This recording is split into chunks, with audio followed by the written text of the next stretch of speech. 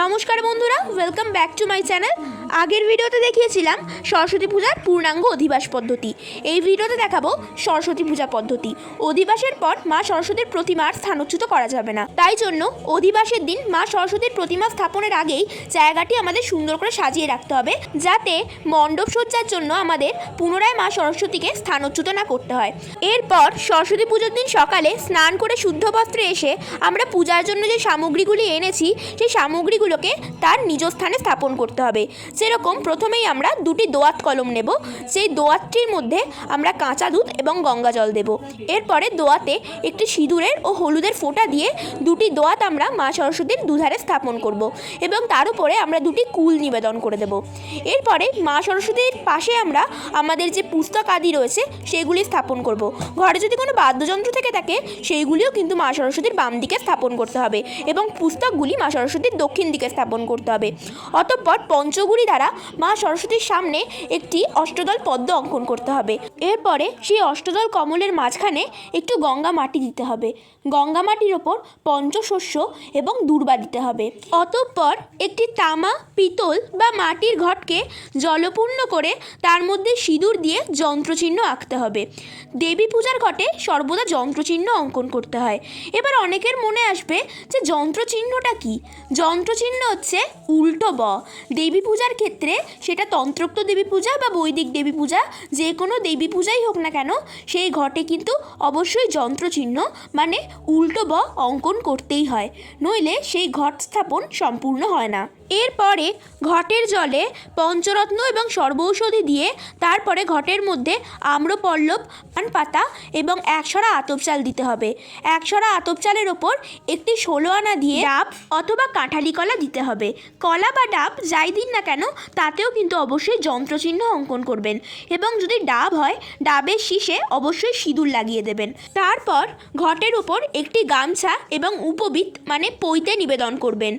এরপরে ঘরটিকে নিজের সাধ্য মতো শাখা, পলা, নোয়া, চাঁদমালা, আলতা পাতা ইত্যাদি দিয়ে সুন্দর করে সাজিয়ে দেবেন এবং তারপর সেই সুসজ্জিত ঘট দেবী প্রতিমার সামনে অষ্টদল পদ্মের ওপর যে মৃত্তিকাটি রাখা আছে সেই মৃত্তিকার ওপর স্থাপন করবেন। এরপর ঘটের সামনে একটি তাম্রকুণ্ড অথবা কুণ্ডহারি রাখবেন।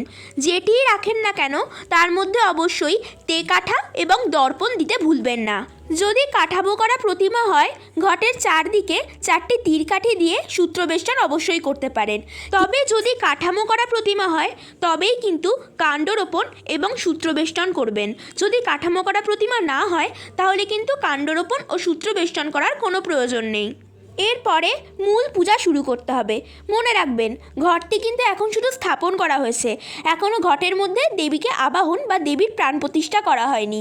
তাই এবার মূল পুজোর মাধ্যমে আমরা দেবীকে আবাহন করব ঘটের মধ্যে এবং প্রতিমার মধ্যে। প্রথমে আচমন করতে হবে। আচমন করার জন্য হাতে জল নিয়ে 3 বার নমবিষ্ণু নমবিষ্ণু মন্ত্রে পান করতে হবে। অতঃপর আবার হাতে জল নিয়ে হাতটিকে ধুয়ে ফেলে করজোড়ে বিষ্ণু স্মরণ মন্ত্র পাঠ করতে হবে। ওং তদ্বিষ্ণু পরমাং পদং সদা প্রশ্চয়ন্তি সূরয়ে দিবিব চক্ষুরাততম। ওং अपवित्र पवित्र वा सर्वावस्थां गतपिवा जस्मरेत् पुण्डरीकाक्षं शवाच्च अभ्यन्तरो सूचि। नमो माधव माधव वाची माधव माधव हृदि शरयन्तीं साधव सर्वे कर्मेषु माधव। नमो श्री माधव नमो श्री माधव नमो श्री माधव। ओं सर्वमङ्गलमाङ्गल्यं वारेण्यं वरदां शुभं नारायण नमस्कृतं सर्वकर्माणि कारयेत्। এরপরে কোষাকুষির কুশিটি হাতে নিয়ে তার মধ্যে গঙ্গা জল, কালো তিল, হরিতকি এবং গন্ধপুষ্প নিয়ে এই সংকল্প মন্ত্র পাঠ করতে হবে।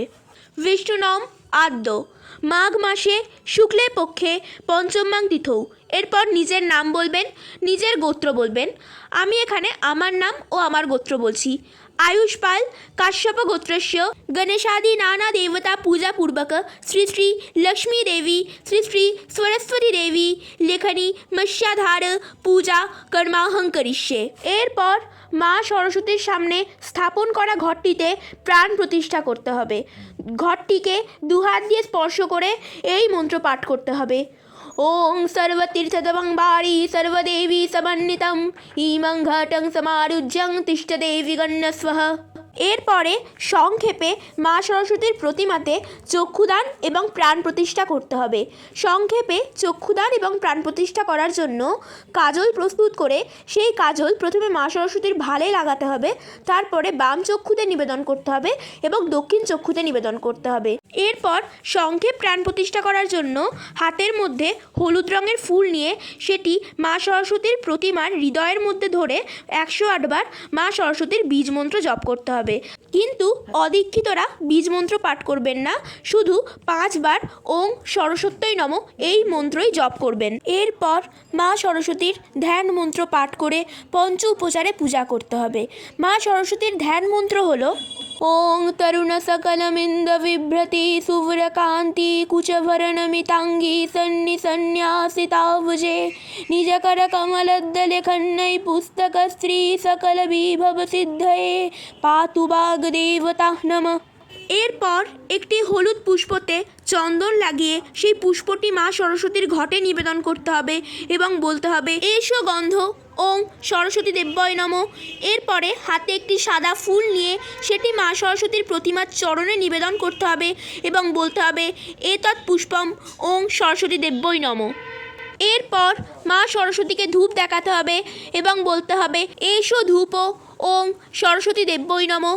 এরপর প্রদীপ দেখাতে হবে এবং বলতে হবে এসো দীপ ওং সরস্বতী দেব্যই নমঃ। অতঃপর মা সরস্বতীকে নৈবেদ্য নিবেদন করতে হবে এবং বলতে হবে এতৎ নৈবেদ্যম ওং সরস্বতী দেব্যই নমঃ।